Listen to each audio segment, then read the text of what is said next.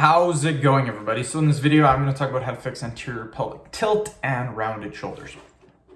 So before I get started, please subscribe to my channel if you haven't already. I do appreciate the support. It helps my channel grow. Please follow me on Instagram, Dylanberg999. It's not too difficult to get rid of anterior pelvic tilt and to really fix your rounded shoulders.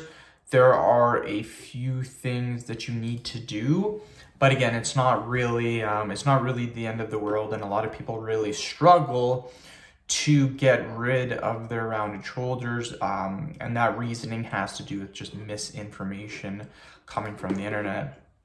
So I'm going to show you guys a simple way that you guys can get rid of your anterior pelvic tilt and your rounded shoulders.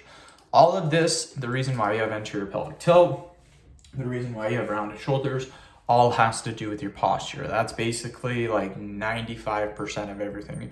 So if you see people on the internet recommending exercises to do, that's not really needed. There's just one thing that you need. There's a couple things that you need to do, but one main thing, you need to practice rolling your shoulders back.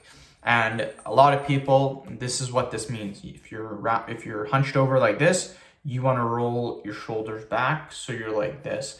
Now, a lot of people might find it a little bit difficult to do that. So a simple way to actually do that is to just raise your chest up. So all you got to do is puff your chest up. Imagine trying to be a real tough guy. You just puff your chest up.